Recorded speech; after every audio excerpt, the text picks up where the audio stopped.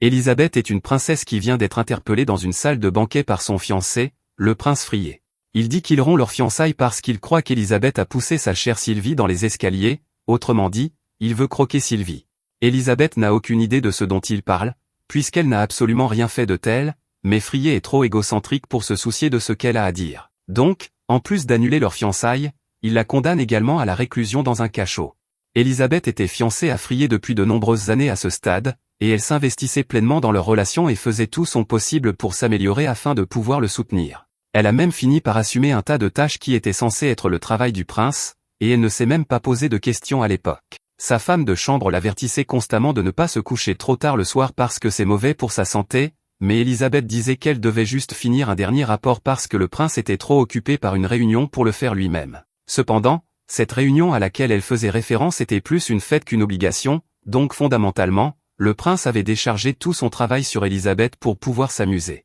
À ce stade, Élisabeth essayait encore de se convaincre que tout cela était parfaitement normal, alors elle a dit à sa femme de chambre qu'elle était satisfaite des choses telles qu'elles étaient, puisqu'elle faisait avancer les choses beaucoup plus rapidement quand le prince n'était pas là. Et elle ne le fait pas seulement pour Frié, mais plutôt pour le bien des sujets, parce qu'elle ne veut pas qu'ils aient à souffrir si des affaires comme celle-ci restent sans solution. En plus de gérer toutes les affaires politiques du prince à sa place, Élisabeth dirige également une entreprise connue sous le nom de Funel Corporation et s'en sort plutôt bien ces derniers temps. Élisabeth prévoit donc de l'agrandir pour pouvoir embaucher plus d'employés. La raison pour laquelle elle a créé cette entreprise en premier lieu était de pouvoir redonner à la communauté et l'utiliser pour des activités philanthropiques afin d'aider les pauvres. En raison de toutes ces bonnes actions, Élisabeth est devenue très populaire parmi les habitants de la ville, et ils disent tous qu'ils aimeraient la remercier personnellement pour toute son aide, mais Élisabeth a toujours été trop gênée pour recevoir des éloges directs, donc elle ne s'est jamais révélée comme étant celle derrière la Funel Corporation. Ainsi, personne ne la reconnaît quand elle passe,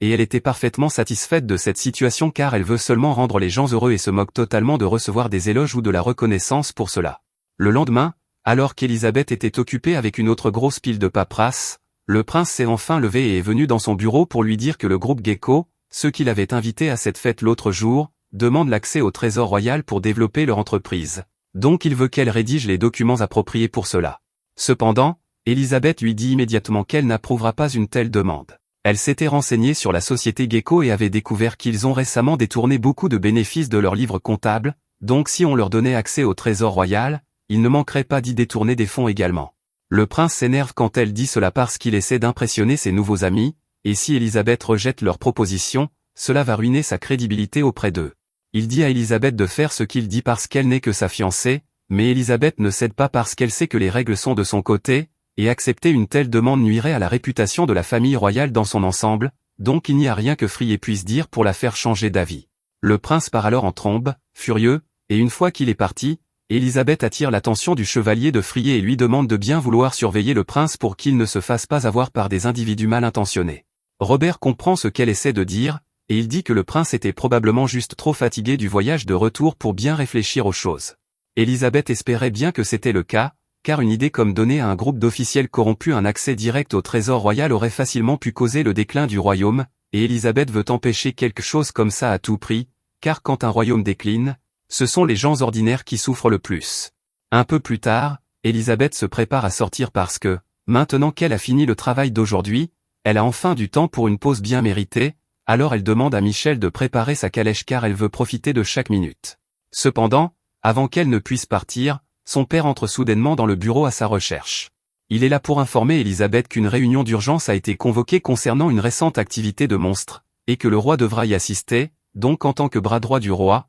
le père d'Élisabeth devra également y aller. Élisabeth demande à quand est prévue cette réunion, et il lui dit que c'est la semaine prochaine, mais c'est une très mauvaise nouvelle, puisque la semaine prochaine devait avoir lieu le gala anniversaire du royaume. Elle dit qu'ils vont maintenant devoir annuler la fête, mais son père lui dit qu'ils ne le peuvent pas, car les invités venant de contrées lointaines doivent déjà être en route à l'heure qu'il est. Ainsi, il dit que la fête aura lieu comme prévu, et Élisabeth ne voit pas comment cela va être possible avec le roi et le chancelier absents, mais il explique que le roi a personnellement confié tout ce qui concerne la fête entre les mains d'Élisabeth. Elle est choquée en entendant cela et essaie d'abord de refuser, mais son père lui dit que le roi croit fermement que tout se passera bien si elle est en charge, et qu'il n'a personne en qui il a autant confiance qu'elle, donc son père lui demande d'assumer cette tâche, et quand il le dit ainsi, Élisabeth n'a pas vraiment le choix. Elle est un peu contrariée de ne pas avoir eu l'occasion de profiter de son jour de congé, mais il n'y a pas de temps à perdre à s'inquiéter de cela car elle a beaucoup de travail devant elle si elle veut s'assurer que la fête anniversaire soit un succès. Alors qu'elle est en train de réfléchir à quoi faire, Michel regarde par la fenêtre et remarque que le prince flirte ouvertement avec Sylvia. Elle était consternée par la façon dont Frié trompait ouvertement Elisabeth, mais Elisabeth s'en fichait vraiment, car il est assez courant pour un prince d'avoir plus d'une compagne, et elle n'a vraiment rien contre Sylvia. Son seul reproche est le fait que Sylvia n'a été adoptée que récemment dans une famille stérile et n'a pas encore appris l'étiquette appropriée pour interagir avec les royaux, mais elle ne pense pas que cela posera de problème. Elisabeth invite plus tard Sylvia à prendre le thé avec elle dans sa chambre, et là, elle avertit poliment Sylvia que si elle veut poursuivre une relation avec le prince, elle doit être consciente que son comportement peut affecter non seulement elle-même, mais aussi la réputation du prince et celle du royaume dans son ensemble. Elisabeth souligne ensuite la blessure que Sylvia a actuellement à la jambe, et la raison pour laquelle elle en parle est qu'elle a appris que Sylvia s'était fait cette blessure lors d'une sortie avec un certain noble qui n'est pas le prince. Maintenant, Elisabeth est une femme civile, donc elle ne va pas traiter Sylvia de coureuse de jupons à deux visages qu'elle est. Après tout, le prince lui fait pratiquement la même chose, donc elle se moque de leur relation compliquée, mais elle se soucie de l'image du royaume, donc elle dit à Sylvia de s'abstenir de tromper le prince à partir de maintenant. Sylvia baisse la tête et s'excuse, mais en quittant la chambre d'Elisabeth, elle a l'air visiblement furieuse qu'Elisabeth l'ait démasquée. À ce moment-là, le prince passait justement par là, donc Sylvia a eu une idée pour se venger d'Elisabeth et a décidé de jouer la victime devant le prince. Elle a fait couler les larmes et a fait semblant de tomber devant lui, et quand il lui a demandé ce qui s'était passé, elle a montré la blessure à sa cheville et a dit au prince qu'Elisabeth était celle qui lui avait fait ça, ce qui nous ramène au présent. Elisabeth essaie d'expliquer qu'elle n'a aucune idée de ce dont le prince parle, et cela mis à part, elle lui dit qu'il ne devrait pas faire une telle scène alors qu'ils ont des invités de divers royaumes présents aujourd'hui, mais le prince s'en moque complètement et ordonne qu'Elisabeth soit envoyée au cachot pour avoir tenté de tuer sa bien-aimée. Elisabeth ne comprend toujours pas ce qui se passe, et aucun des gardes non plus, mais comme Robert est le chevalier personnel du prince, il n'hésite pas à maîtriser Elisabeth. Alors qu'Elisabeth est forcée au sol, elle aperçoit le sourire sournois de Sylvia,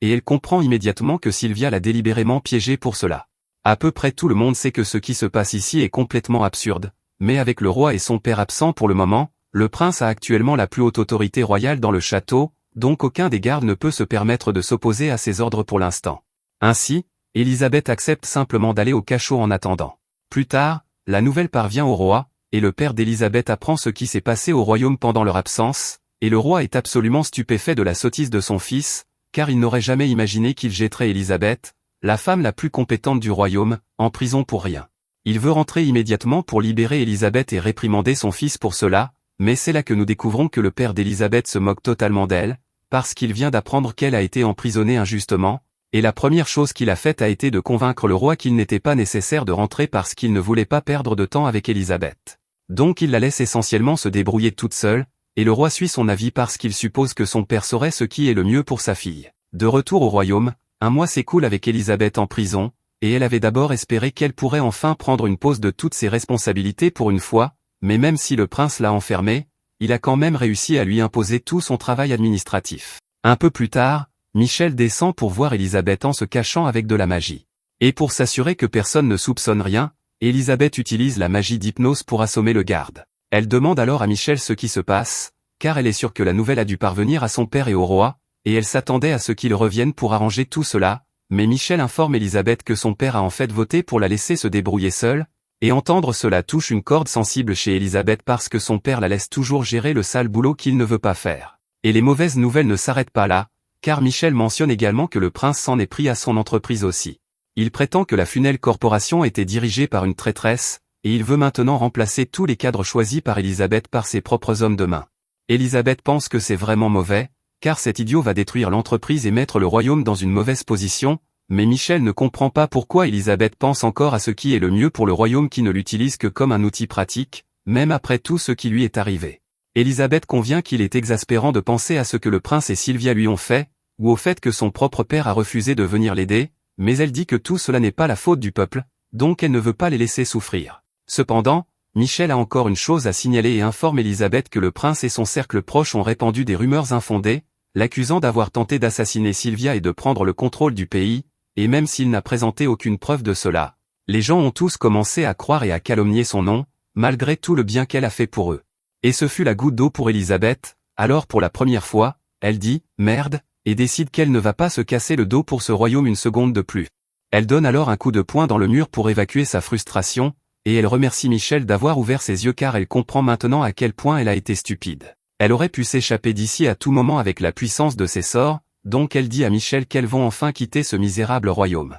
Tous les êtres de ce monde ont du mana, et quelques élus sont capables de contrôler ce mana pour invoquer ce qu'on appelle des artefacts divins. Les artefacts divins peuvent être n'importe quoi, y compris des épées et des lances, mais dans le cas d'Elisabeth, son artefact divin se manifeste sous la forme de cette grimoire, et l'un de ces grimoires lui permet d'enregistrer et de manifester n'importe quel type de magie. Au moment de partir, elle crée un clone de glace d'elle-même pour que les gens ne le découvrent pas immédiatement. Après cela, elle se rend au domaine du vicomte Lucas de l'Empire voisin. Lucas se souvient de ce qui s'est passé à cette fête, et il est encore sincèrement choqué que le prince ait pu faire quelque chose d'aussi stupide, car même un imbécile complet devrait être capable de voir qu'Élisabeth était derrière la plupart des succès du royaume ces dernières années. Il aimerait vraiment avoir quelqu'un d'aussi compétent qu'elle à ses côtés, et à sa grande surprise, alors qu'il pense à cela, Élisabeth lui rend soudainement visite. Il est choqué de la voir ici et lui demande ce qu'elle fait, alors Élisabeth explique qu'elle en a assez d'être utilisée par le royaume et qu'elle aimerait demander l'asile dans l'Empire. Lucas sait reconnaître une opportunité en or quand il en voit une,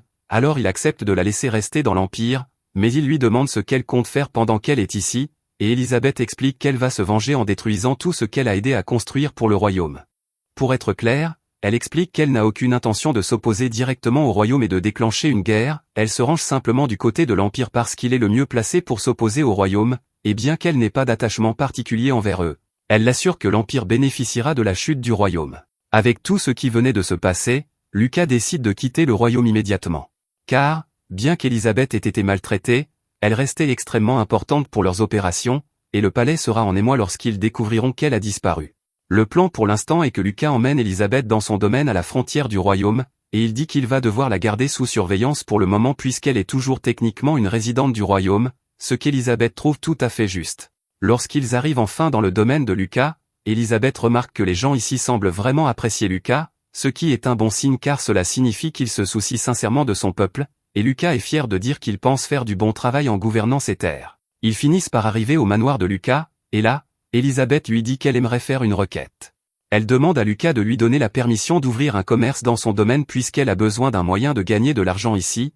et Lucas n'est pas opposé à l'idée, mais ensuite Élisabeth lui demande un prêt de 100 pièces d'or pour l'aider à lancer son affaire puisque tout son argent a été saisi au royaume et qu'elle est actuellement complètement fauchée. Lucas hésite un peu car 100 pièces d'or, c'est beaucoup d'argent, mais Élisabeth l'assure qu'elle a l'intention de tout rembourser, et comme preuve de sa sincérité, elle sort même un contrat magique, un document qui oblige les utilisateurs à respecter ses termes, qu'ils le veuillent ou non. Il stipule essentiellement que dans un an, Élisabeth remboursera à Lucas le double de son investissement, et si elle échoue, elle se laissera vendre comme esclave pour couvrir les frais. Lucas pense qu'Ellie a dû devenir folle car il ne comprend pas pourquoi elle proposerait des conditions aussi désastreuses pour elle-même, mais elle dit que cela ne la dérange pas car elle sait pertinemment qu'elle pourra rembourser le prêt. Comme elle est si insistante, Lucas accepte de lui prêter l'argent, et la première chose qu'Ellie fait est d'acheter un vieux bâtiment délabré pour une pièce d'or. Elle dit que ce sera leur base d'opération à partir de maintenant, mais Marielle est un peu confuse quant à la raison pour laquelle elle achèterait un endroit comme celui-ci puisqu'il est pratiquement tombé en ruine.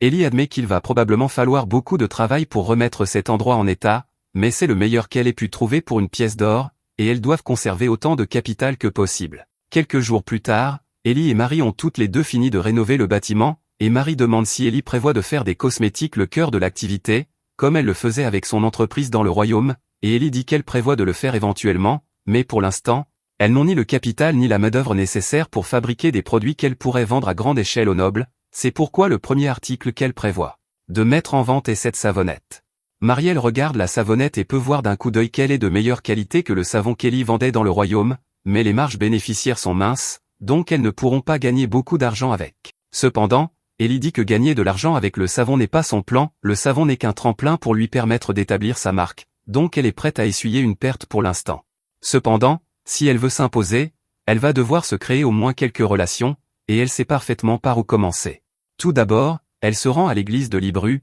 et sur place, elle croise le grand prêtre. Elle explique qu'elle vient d'ouvrir une nouvelle entreprise, donc elle souhaite prier pour sa réussite ici, et le prêtre lui dit qu'elle est la bienvenue. Mais juste à ce moment-là, deux enfants entrent en courant joyeusement, ils sont venus dire au prêtre qu'ils ont gagné un peu plus d'argent aujourd'hui, et le prêtre les remercie pour leur dur travail, mais il dit qu'il est actuellement occupé à parler à quelqu'un, donc ils devront revenir plus tard. Les enfants comprennent et repartent en courant pour jouer un peu, et une fois qu'ils sont partis, le prêtre explique à Ellie qu'il gère l'orphelinat d'à côté et que c'était quelques-uns des enfants dont il s'occupe. Ellie dit que le prêtre doit faire du très bon travail car ses enfants semblent vraiment bien pris en charge, et le prêtre dit qu'il fait de son mieux, mais il admet que c'est un peu difficile pour lui car gérer un orphelinat est plutôt coûteux, et bien qu'il ait voulu tenir les enfants à l'écart de cela, ils ont découvert qu'il avait des difficultés financières et se sont portés volontaires pour arracher les mauvaises herbes autour de la ville afin de gagner un peu d'argent pour soutenir l'orphelinat. Il a l'impression d'avoir échoué envers les enfants car des enfants de leur âge ne devraient pas avoir à travailler, mais Ellie l'assure que les enfants apprécient ce qu'il a fait pour eux.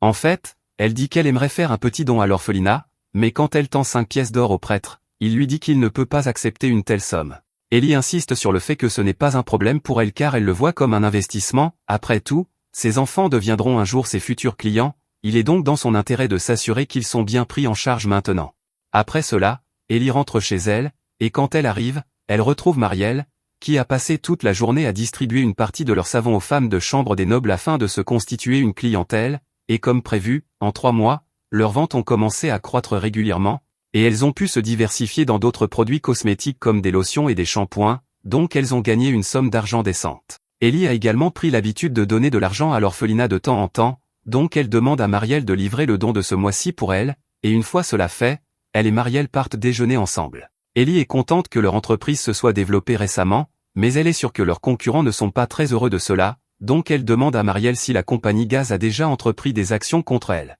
Elle dit qu'ils sont restés plutôt silencieux pour l'instant, donc Ellie lui demande de continuer à les surveiller, et elle rappelle également à Marielle d'être particulièrement prudente pour ne pas laisser fuir la formule du savon car, tant qu'elles ne se seront pas solidement établies, ce savon est leur bouée de sauvetage. Elle mentionne également, à propos, que la formule secrète du savon est cachée dans leur coffre-fort dans la boutique, le tout à portée d'oreille de ce type qui travaille justement pour la compagnie Gaz. Pendant ce temps, à la compagnie Gaz est absolument furieux que la société commerciale qu'Ellie a lancée lui vole de plus en plus de clients chaque jour qui passe. Son assistant tente de le rassurer en lui disant que ce n'est pas grave car la société commerciale n'est encore qu'une petite entreprise et qu'elle n'a pas une clientèle très large, mais Gaz sait que la société commerciale doit délibérément limiter sa production pour pouvoir sélectionner ses clients, et par ce moyen, ils ont systématiquement volé tous les bons clients de Gaz, ne lui laissant que les clients difficiles qui ne cessent de se plaindre. Si cela continue, Gaz va perdre encore plus d'argent à cause d'eux dans les années à venir, mais comme ils ont construit leur clientèle avec des nobles influents,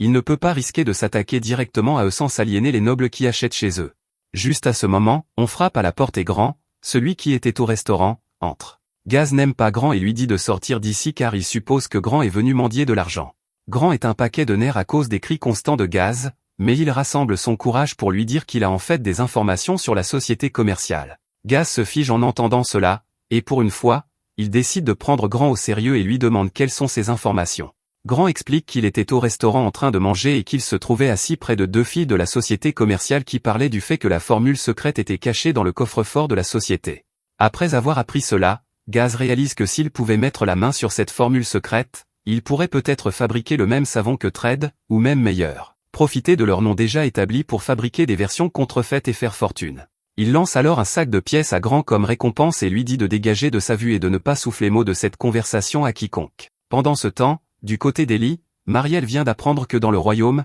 elle a été qualifiée de traîtresse et qu'une prime a été mise sur sa tête, et pour aggraver les choses, c'est son propre père qui a pris l'initiative de porter plainte contre elle alors qu'il savait parfaitement que tout ce dont le prince l'accusait était complètement faux. Le fait que son propre père soit prêt à la vendre aussi facilement juste pour couvrir l'incompétence du prince fait mal, mais elle ne peut pas se laisser distraire par ses actions, surtout lorsqu'elles sont en plein milieu de leur plan de vengeance contre le royaume. Quelques instants plus tard, on frappe à la porte, et quand Marielle ouvre, elle se retrouve face à une femme nommée Hildegard, qui dit qu'elle est ici au nom du service juridique de la guilde marchande pour enquêter sur une affaire troublante. Ellie reste calme et demande à Hildegard ce qu'elle lui veut, alors Hildegard explique qu'il y a eu des rapports faisant état de savon d'Ellie causant de graves éruptions cutanées et des plaies chez les clients, elle souhaiterait donc placer Ellie en garde à vue pour pouvoir aller au fond des choses. Marielle pense que ces accusations sont bidons car il est impossible que leur savon provoque une telle réaction, mais Ellie dit qu'il est inutile de discuter et accepte d'accompagner Hildegard pour être interrogée car elle sait qu'elle n'a rien à cacher. Un peu plus tard, Ellie est assise dans la salle d'interrogatoire avec Hildegard,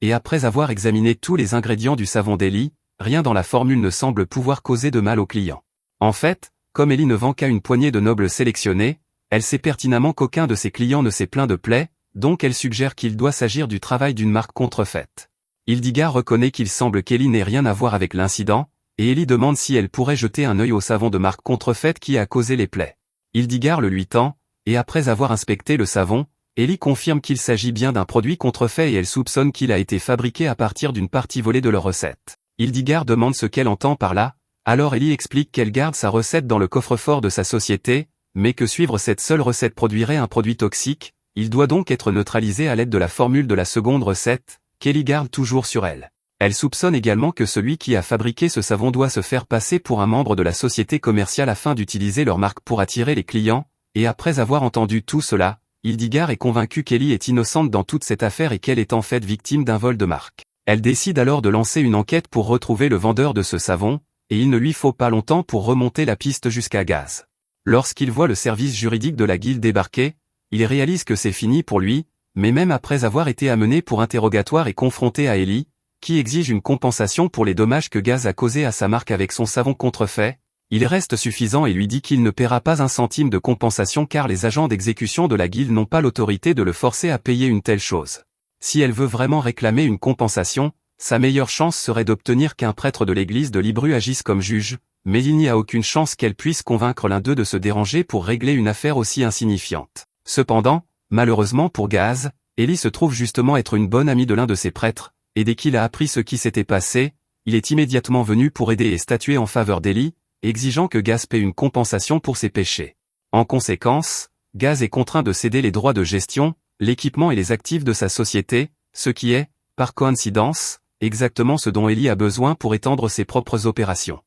Ellie dit à Gazu qu'en guise de paiement, elle prendra tous les droits commerciaux, les droits de gestion et les biens personnels de Gazu Commercial, ainsi que tous les outils, matériaux et ouvriers de l'entreprise. Gazu s'assoit, se sentant vaincu. Artie entre dans la pièce et dit à Ellie qu'elle est désolée pour tous les problèmes qu'ils ont causés, mais Ellie lui dit que ce n'était pas de sa faute, c'était plutôt la guilde des marchands qui était en faute, et elle n'a aucune raison d'avoir honte. Artie dit à Ellie qu'elle veut parler d'une autre chose, elle dit qu'il y a un homme qui a trompé Gazu pour qu'il vole la formule du savon, et son nom est Grance Carlton. Il était le comptable de Gazu Commercial, mais Artie n'avait pas assez de preuves pour le confronter à ce sujet. Ellie comprend et lui dit que maintenant que Traté a repris Gazu Commercial, Grance est désormais l'un de ses propres ouvriers. Ellie demande à Artie de la laisser gérer cette affaire elle-même. Ellie demande à Muriel s'il vient, et elle dit qu'elle l'a déjà fait appeler. Grance entre dans la pièce et dit qu'il est désolé, mais Ellie lui dit de passer les politesses puisqu'il sait déjà ce qu'elle va dire, et Grance est d'accord. Ellie tend un sac à Grance et lui dit qu'il a fait du bon travail, et que c'est sa récompense.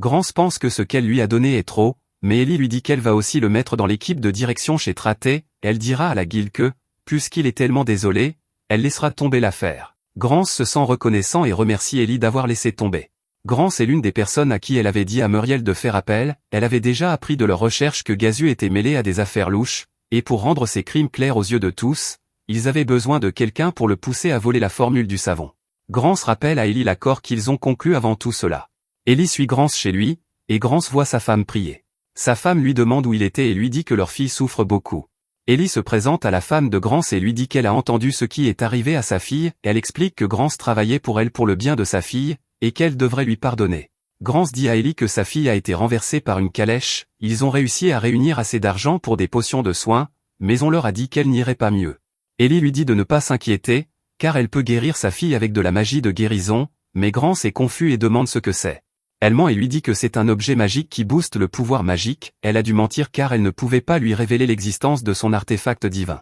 Le pouvoir du grimoire de Bélial est d'enregistrer la magie, et il a enregistré une puissante magie de guérison de l'archevêque du royaume, donc avec lui, même elle peut utiliser de puissants sorts de guérison. Ellie lance le sort soin, et une lumière verte enveloppe la fille de Grance, qui commence à se réveiller. Grance et sa femme ressentent une profonde gratitude envers Ellie et ne savent pas comment la rembourser, mais Ellie lui dit qu'elle n'a fait que ce qu'elle avait promis dans leur accord, donc il ne devrait pas s'en faire, elle lui demande de garder ce qui s'est passé secret car elle ne peut utiliser cette magie qu'en de rares occasions. Voilà pour Gazu et les derniers détails à régler. Ils ont déjà établi une route de livraison avec une grande entreprise et gagné de nombreux clients fidèles. Lucas est étonné de voir comment Ellie a transformé 100 pièces d'or en autant d'argent, mais Ellie lui dit qu'elle avait déjà dit qu'elle lui rapporterait d'énormes profits. Lucas dit à Ellie qu'elle est libre de gérer son affaire n'importe où dans la capitale ou à travers l'Empire, il a entendu dire qu'elle est recherchée dans le royaume, mais il n'a aucune raison de penser que le royaume l'a envoyée dans le cadre d'un plan, et Ellie est reconnaissante de sa compréhension. Ellie dit à Muriel que Lucas leur a accordé des droits de voyage gratuits,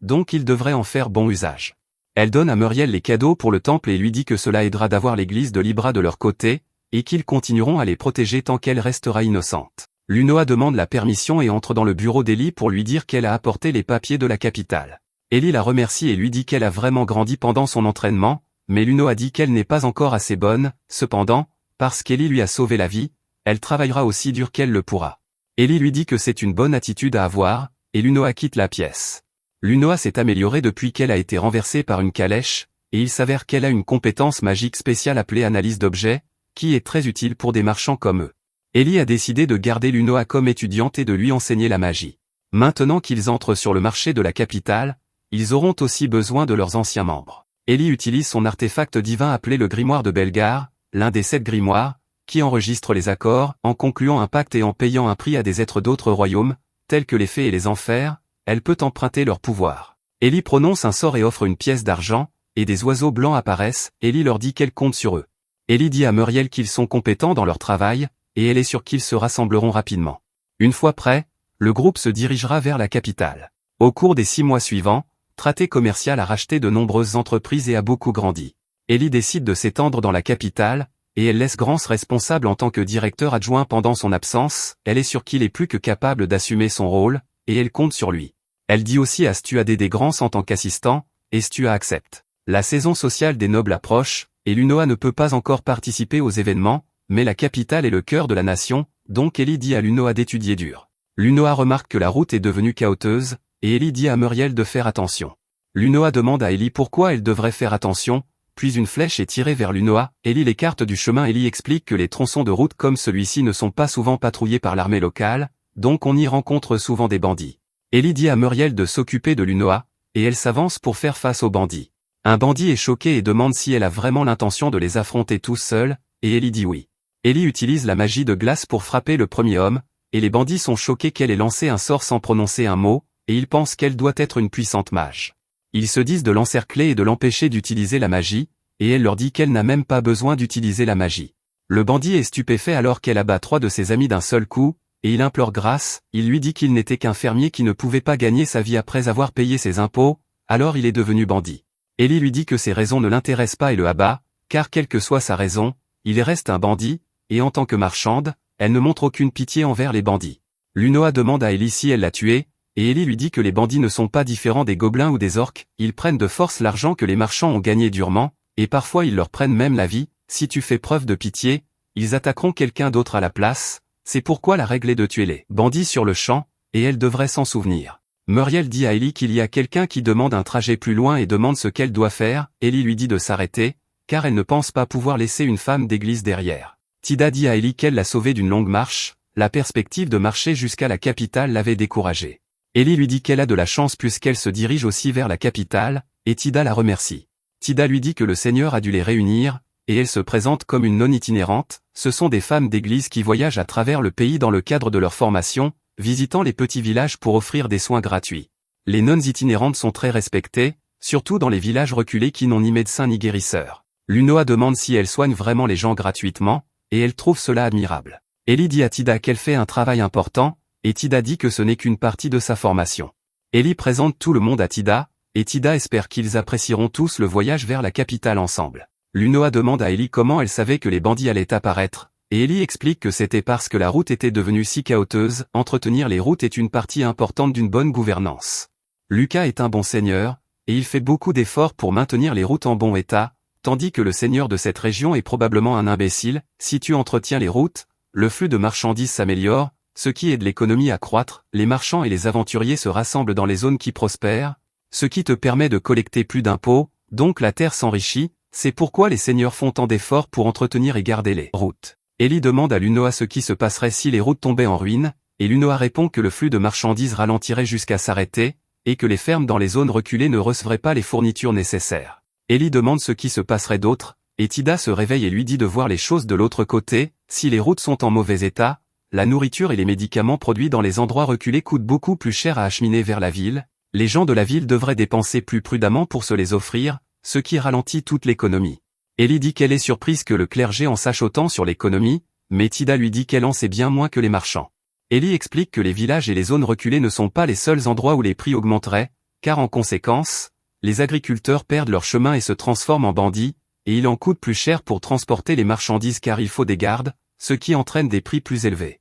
Lunoa demande à Ellie pourquoi les seigneurs ne réparent pas les routes, et Ellie lui dit que c'est parce qu'ils sont stupides, ils se soucient trop de l'argent à court terme pour s'inquiéter des réparations routières, et ce sont les gens ordinaires qui souffrent quand leurs dirigeants sont des imbéciles. Muriel dit à Ellie que d'autres bandits bloquent leur chemin, et Ellie dit à Muriel de surveiller Lunoa et Tida, mais Tida veut aussi se battre et dit à Ellie de ne pas s'inquiéter pour elle. Ellie pense qu'elle devrait probablement éviter de tuer quelqu'un devant une femme sainte, alors elle se précipite vers l'un des bandits et le frappe violemment au ventre, le mettant KO, elle se retourne et voit Tida fracasser la tête d'un bandit sans pitié. Tida dit à Ellie qu'elle a fini et demande pourquoi elle n'a pas encore tué le sien, elle dit à Ellie qu'elle doit être assez gentille, et Ellie n'est pas d'accord. Tida demande si elle s'est retenue parce que Tida regardait et dit qu'elle est désolée pour cela, mais dit à Ellie que les bandits laissés en vie ne sont que des ennuis, donc elle s'occupera aussi de la part d'Ellie. Au moment où Tida s'apprête à écraser la tête du bandit, il se réveille et implore grâce, mais Tida lui dit que le Seigneur est miséricordieux et que les gens sont pécheurs, s'il se repent, le Seigneur lui fera miséricorde,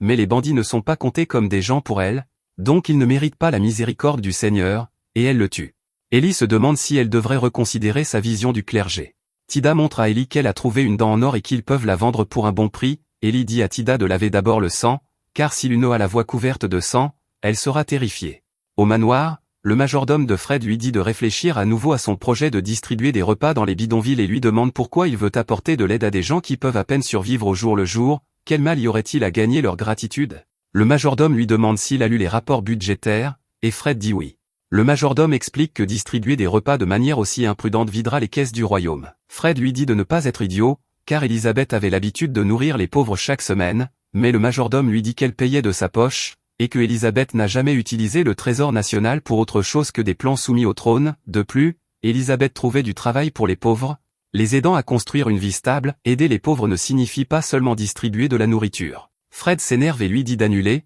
puis quitte la pièce. Le majordome pense que rien de tout cela ne serait arrivé si Elisabeth était encore là. Tida est ivre et demande au serveur d'apporter plus. Ellie demande si elle devrait vraiment boire autant puisqu'elle est nonne, et Tida lui dit que l'alcool est l'eau de la vie donnée par Dieu. D'ailleurs, ces bandits lui ont rapporté beaucoup d'argent, et elle pense que le vrai péché serait de ne pas boire en un moment pareil. Ellie demande si elle l'a déjà échangé, et Tida lui dit qu'elle l'a échangé dès leur arrivée en ville et propose de partager l'argent avec Ellie, mais Ellie lui dit de le garder. Tida demande si elle est sûre, et Ellie lui dit de considérer cela comme un cadeau. Tida va pour serrer Ellie dans ses bras, mais Ellie lui dit de la lâcher car son nez coule. Lunoa dit à Muriel qu'Ellie a l'air de s'amuser. Muriel dit qu'Ellie avait toujours l'air tendue, sans personne à qui s'ouvrir, mais ces jours-ci elle la voit sourire joyeusement, et elle en est contente. Fred dit à Sylvia que s'occuper de ces imbéciles obstinés l'épuise, mais qu'en la regardant, son esprit fatigué se calme, et elle lui en est reconnaissante. Mais quelqu'un caché derrière un pilier dit que se faire voler la vedette par cet idiot doit être misérable. Une fois arrivés à la capitale, Ellie, Muriel et Lunoa se dirigent directement vers une auberge, car elles ont besoin d'un endroit où rester en attendant de pouvoir s'installer dans la capitale. Lunoa est émerveillée par le luxe de l'auberge qu'elles ont choisie. Ellie lui dit qu'elle aussi va loger ici et que sa chambre est juste à côté de celle-ci, mais Lunoa lui dit qu'il n'est pas nécessaire de payer une chambre aussi chère à cause d'elle, elle serait parfaitement à l'aise dans une auberge moins chère, mais Ellie lui explique qu'elle doit garder son image à l'esprit. On ne sait jamais qui pourrait les observer à tout moment, et comme elles vont bientôt commencer leurs opérations dans la capitale, elle ne voudrait pas que les gens les méprisent. Parce qu'elles ont séjourné dans une auberge bon marché. Lunoa dit qu'elle comprend, et quelques minutes plus tard, un homme nommé Arnold se présente et dit qu'il est ravi de revoir Ellie après si longtemps. Ellie est tout aussi ravie de le voir. Lunoa est un peu perplexe, car elle ne sait pas qui est cet homme, alors Muriel explique qu'Arnold était autrefois un élément clé de la gestion de son entreprise dans le royaume. Il dit qu'il a déjà trouvé des emplacements prometteurs pour l'entreprise et la résidence d'Ellie, et qu'il a organisé une visite dès demain si elle le souhaite. Ellie est surprise,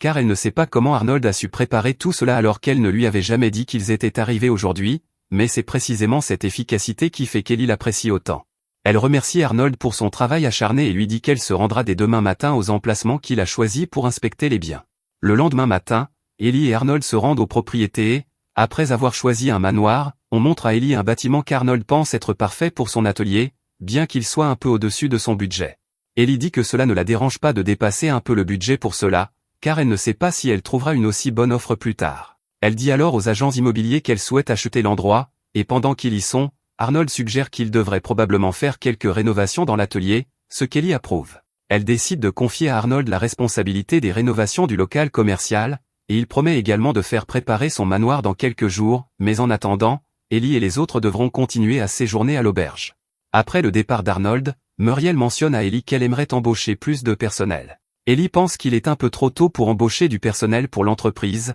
puisqu'elles n'ont même pas encore ouvert la boutique, mais ce n'est pas de cela que parlait Muriel. Elle voulait en fait embaucher une autre femme de chambre pour Ellie, car une fois que l'entreprise commencera à se développer, il sera difficile pour Muriel d'être constamment aux côtés d'Ellie. Ellie est d'accord et dit qu'elle pourrait essayer d'embaucher via la guilde des marchands, mais Muriel ne pense pas que ce soit une bonne idée d'embaucher un parfait inconnu, car Ellie est toujours une réfugiée du royaume, et si la mauvaise personne venait à la prendre, cela pourrait être désastreux. Pour s'assurer que leurs nouvelles recrues ne finissent pas par divulguer leurs secrets, Muriel suggère d'acheter un esclave pour servir d'assistante à Ellie, car les esclaves sont liés par des sceaux qui les empêchent de désobéir aux ordres de leur maître. Il existe deux principaux types d'esclaves, soit des personnes devenues esclaves en raison d'un casier judiciaire, soit des personnes devenues esclaves à cause d'une dette impayée, mais Ellie ne se soucie pas vraiment du type qu'elle obtiendra, elle décide donc de se rendre sur un marché aux esclaves demain. Cependant, elle ne trouve aucun candidat convenable dans le premier endroit où elle va, car tous les esclaves y sont malnutris et faibles en raison des conditions dans lesquelles le marchand les a maintenus.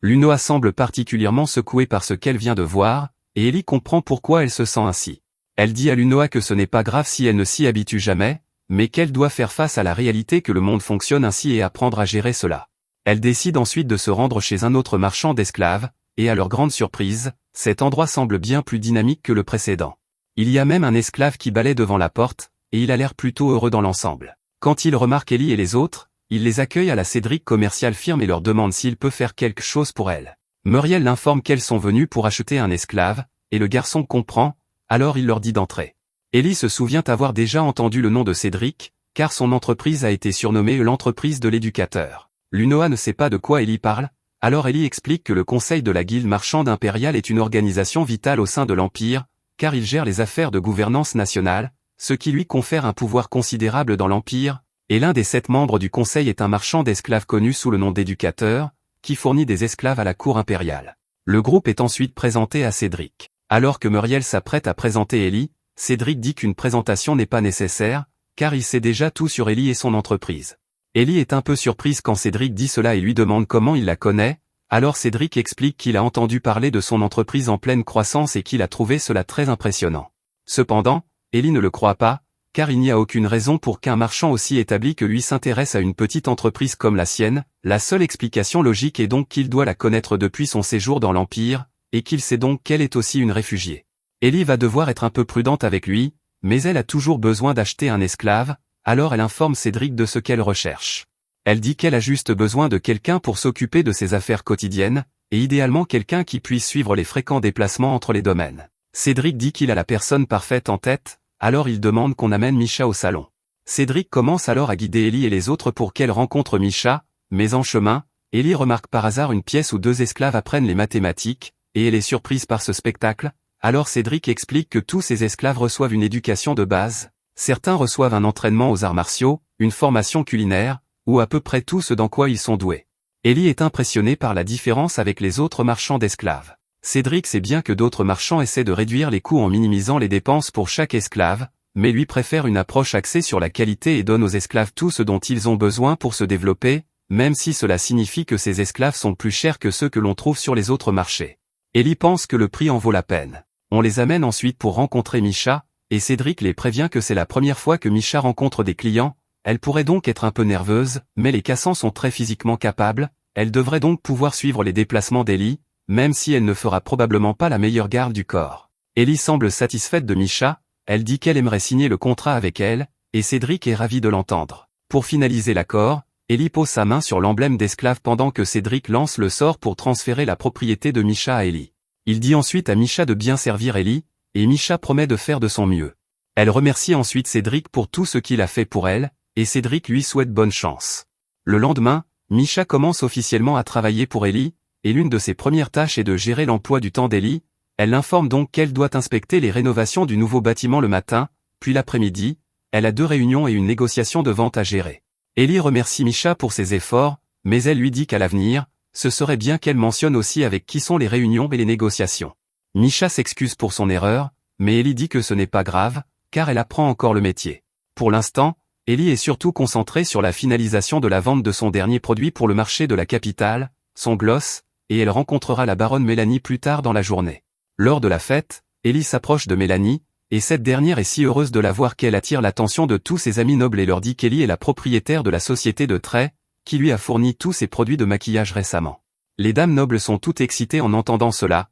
car elles ont personnellement vu l'efficacité des produits, elles commencent donc à demander à Ellie comment elles peuvent en acheter. Ellie les informe qu'elle prévoit d'ouvrir bientôt une boutique dans la capitale, mais qu'elle sera pour l'instant réservée aux membres, car sa capacité de production est limitée. Ellie dit que puisque c'est Mélanie qui les a présentées, elle veillera à ce qu'elles obtiennent tout un abonnement prioritaire. Cela rend les dames nobles encore plus excitées qu'avant, ce qui est exactement ce qu'Ellie espérait, car en réalité, elle a la capacité de produire autant de cosmétiques qu'elle le souhaite, mais en faisant croire que l'offre est limitée, son abonnement de maquillage deviendra une sorte de symbole de statut, le rendant encore plus précieux aux yeux de la noblesse. De plus, en accordant l'abonnement à celle que Mélanie a présentée, elles sont maintenant redevables à Mélanie, ce qui la ravit à coup sûr, et la relation d'Ellie avec Mélanie ne pourra que s'améliorer considérablement. Pour profiter de l'élan, Ellie offre à Mélanie le nouveau gloss qu'elle a fabriqué, et Mélanie adore absolument la couleur. Cela donne envie à toutes les autres d'en avoir aussi, alors Ellie leur dit que si elles le souhaitent, elles peuvent acheter un ensemble dans sa boutique lors de l'ouverture officielle,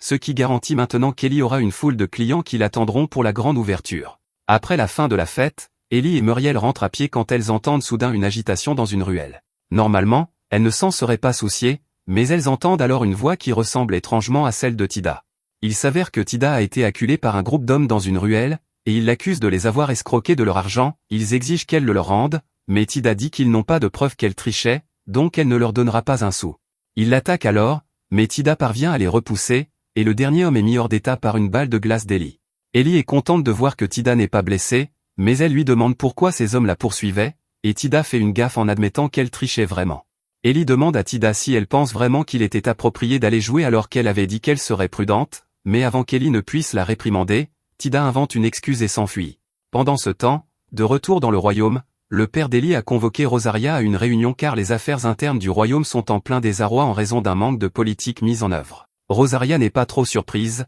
car elles ont récemment perdu Elisabeth, qui gérait tout cela. Le père d'Ellie sait que le prince est un idiot qui ne ferait qu'empirer les choses s'il était chargé de s'en occuper, et lui-même n'a pas le temps de gérer les affaires intérieures, car il est déjà très occupé par les affaires étrangères, c'est pourquoi il veut que Rosaria prenne le relais. Rosaria lui demande s'il essaie de faire d'elle la nouvelle Elisabeth, et c'est à peu près ce qui se passe, mais Rosaria n'a d'autre choix que d'accepter, sous peine d'être elle aussi traitée de traîtresse. Pendant ce temps, dans l'Empire, Ellie prend un café avec Lucas, et il l'informe qu'il a récemment été convoqué pour une audience avec l'empereur car, bien qu'il ait signalé la présence d'Elisabeth auparavant, il voulait tout de même que Lucas explique les choses en personne. Ellie demande ce que l'empereur a dit à son sujet, et Lucas explique que, pour l'instant, l'empereur a simplement dit qu'il devait garder un œil sur elle, car toutes ses activités jusqu'à présent ont été bénéfiques pour l'Empire, mais qu'il ne lui fait pas encore entièrement confiance. Ellie est ravie d'apprendre cela, car elle ne saurait pas quoi faire si l'empereur interférait dans ses affaires, mais maintenant que cet obstacle est franchi,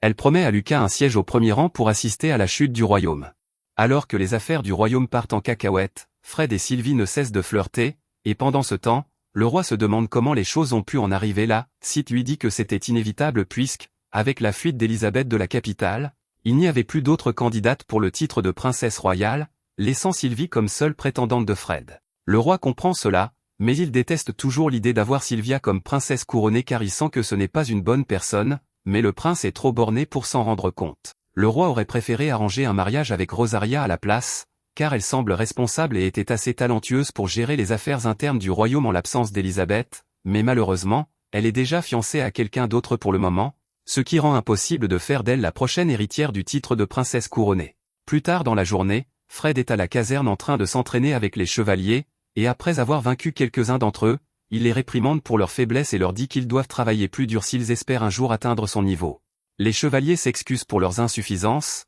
puis Fred s'en va, mais dès qu'il est hors de vue, les chevaliers poussent tous un soupir de soulagement car la présence de Fred est tellement stressante. Il les défie toujours en duel, et ils sont obligés de perdre contre lui à chaque fois pour protéger son ego, car le dernier gars qui a battu Fred a fini par être envoyé dans un avant-poste perdu au milieu de nulle part. Ils pensent tous que Fred est une vraie blague et que, bien qu'il ait peut-être des bases solides, ses compétences à l'épée sont risibles au mieux car il ne fait jamais de vrai travail d'entraînement. Fred entend par hasard tout ce qu'ils ont dit sur lui, et il est tellement en colère qu'il fonce dans le château pour chercher du réconfort auprès de Sylvie, mais à ce moment-là, il voit Sylvie sortir d'une pièce en pleurant, tandis que deux tuteurs royaux la supplient de s'asseoir et de prendre cela au sérieux. Fred exige de savoir ce qui se passe ici, et Sylvia accuse immédiatement les deux d'essayer de la forcer à faire des choses, mais les deux expliquent que, puisque Sylvia est maintenant princesse couronnée, le roi leur a confié la tâche de l'éduquer sur tous les devoirs et l'étiquette qu'une princesse couronnée doit respecter. Cependant, Sylvia refuse absolument d'étudier quoi que ce soit, alors Fred dit aux deux tuteurs que Sylvie n'a pas à faire quoi que ce soit qu'elle ne veut pas faire,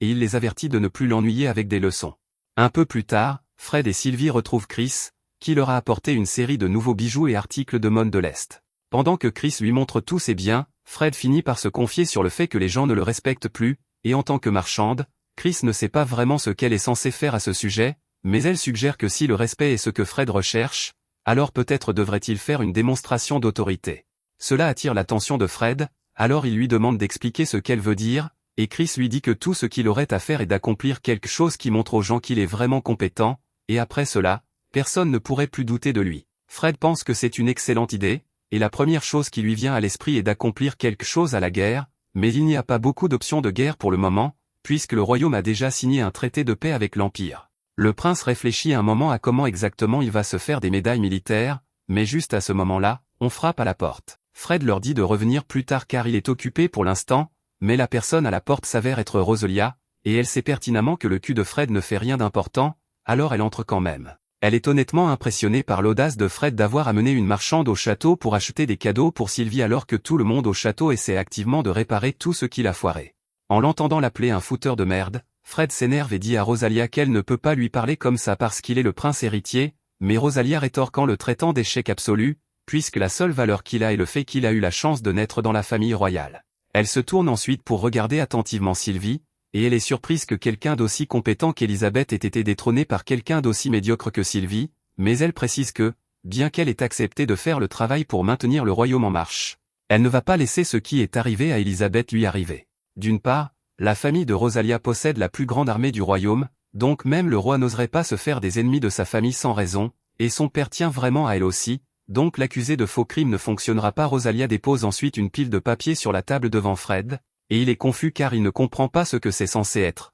mais Rosalia explique qu'elle a rassemblé une liste de tâches que même quelqu'un d'aussi incompétent que lui devrait être capable d'accomplir. Littéralement, tout ce qu'il a à faire est de signer les documents et de les lui rendre, alors Rosalia lui demande d'essayer de ne pas foutre en l'air ça. Fred est outré que Rosalia ose lui parler de cette façon, et il ouvre alors l'un des documents qu'elle a apporté et voit qu'il s'agit d'un formulaire d'autorisation pour envoyer du soutien à l'un de leurs États vassaux. Il s'énerve encore plus parce qu'il ne pense pas que les États vassaux méritent un quelconque soutien de sa part, mais juste à ce moment-là, il a une idée, ce qui n'est pas une bonne chose, et il décide d'utiliser les États vassaux pour se faire des médailles. Pendant ce temps, dans l'Empire, Elisabeth est en train de planifier le nouveau système de transport portuaire pour son entreprise, et avec un peu d'aide d'une carte qu'elle a obtenue de Lucas, elle trouve l'emplacement parfait. Elle demande ensuite à Misha quel est son programme pour aujourd'hui, et Misha l'informe qu'elle a une réunion avec la société commerciale Burn cet après-midi, et le soir, elle a un dîner d'affaires avec le vicomte. Ellie remercie Misha pour son travail acharné, mais Misha a en fait une question qu'elle aimerait poser, elle se demande pourquoi Ellie rencontre la société commerciale Burn,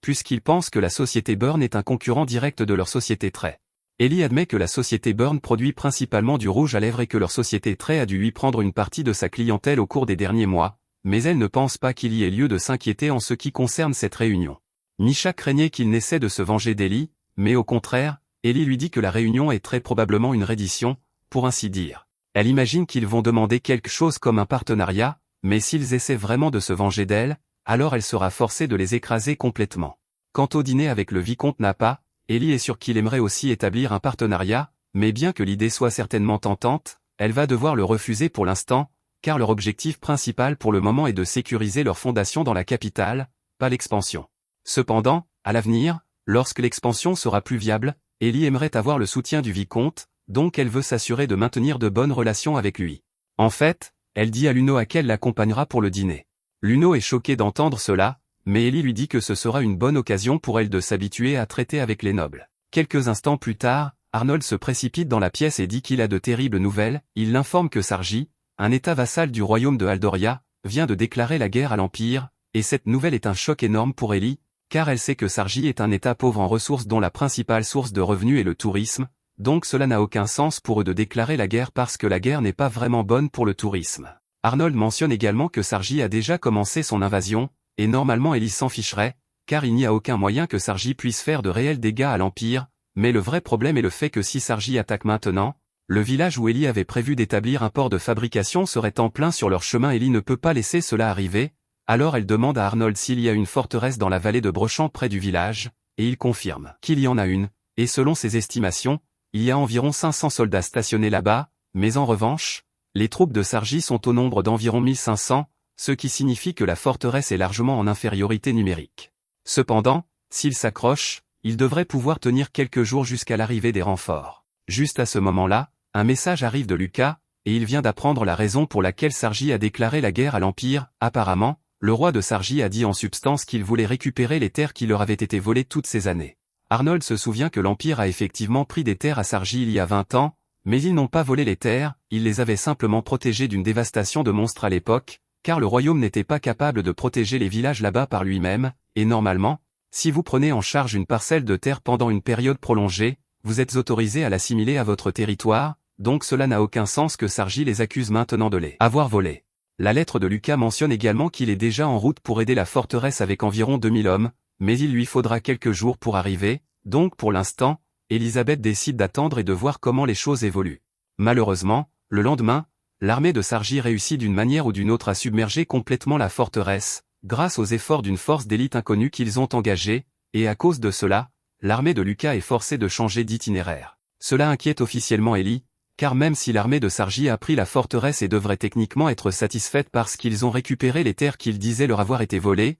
ils pourraient utiliser cela comme excuse pour empiéter davantage sur le territoire de l'Empire. Si cela devait arriver, les affaires d'Ellie en souffriraient, donc elle n'a d'autre choix que de rejoindre la bataille personnellement. Mira essaie de dissuader Ellie, car si elle rejoignait la bataille, elle révélerait sa position au royaume, et Ellie en est consciente, mais elle n'a pas beaucoup d'options pour le moment. Il y a juste une chose qu'elle ne comprend pas dans tout cela, le roi de Sargi a toujours été un homme pacifique, donc elle a du mal à croire qu'il déclencherait une guerre insensée comme celle-ci sans raison. Le lendemain, Ellie engage un groupe des aventuriers les plus compétents de la capitale pour la bataille, mais alors qu'ils s'apprêtent à partir, Elna demande à Ellie si elle est vraiment sûre que 2 jours de ravitaillement seront suffisants pour eux. Ellie comprend pourquoi Elna s'inquiète, et puisqu'elle va combattre aux côtés de ces aventuriers, elle va devoir leur faire confiance, alors elle décide de révéler une partie des capacités de son grimoire. Elle procède alors à invoquer un baril d'eau de sa dimension de poche et explique au groupe que son stockage contient assez de provisions pour nourrir une armée de 100 hommes pendant plusieurs mois, et les 2 jours de ravitaillement qu'elle leur a donnés sont juste au cas où ils seraient séparés au combat. Le groupe est émerveillé par le pouvoir d'Ellie, mais ils savent qu'il vaut mieux ne pas poser trop de questions, alors ils continuent d'avancer pour l'instant. Après avoir voyagé un moment, ils sont assez proches de la forteresse de Brochamp, et Ellie est occupée à installer un mur pour leur défense pendant que les autres installent le camp, mais juste à ce moment-là, l'éclaireur du groupe revient en courant avec de terribles nouvelles. Alors qu'elle fouillait la région, elle a repéré un village voisin complètement occupé par des forces armées. Ellie est choquée d'apprendre cela et demande à Marty ce qu'elle veut dire exactement, alors Marty explique que pratiquement tous les villageois sont morts, et les quelques survivants étaient traînés par des soldats armés. Ellie n'arrive pas à croire que l'armée de Sargi attaquerait des civils sans raison, surtout que cela est considéré comme un crime de guerre, alors elle suppose que quelques soldats ont dû faire bande à part et attaquer le village de leur propre chef. Cela semble être l'explication la plus probable, car il n'y a que 10 soldats là-bas, mais en tout cas, Ellie ne peut pas laisser cela continuer, alors elle rallie sa troupe et leur dit qu'ils vont sauver les villageois restants.